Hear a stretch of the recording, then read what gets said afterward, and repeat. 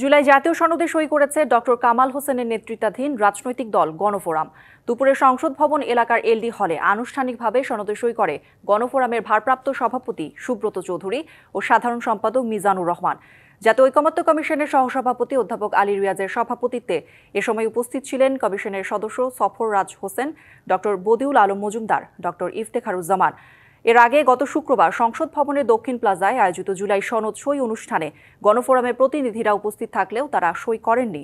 বাকি দলগুলোকেও এই সনদে সই করার আহ্বান জানিয়েছেন ঐকমত্য কমিশনের সহসভাপতি। গণফোরাম বাংলাদেশের রাষ্ট্র কাঠামো সংস্কারের এই প্রক্রিয়ার সঙ্গে ওতপ্রোতভাবে যুক্ত ছিল এবং এই সংযুক্তি অব্যাহত আছে এবং অব্যাহত থাকবে বলে আমি নিশ্চিত। জুলাই জাতীয় সনদ 2025 স্বাক্ষর করেছে।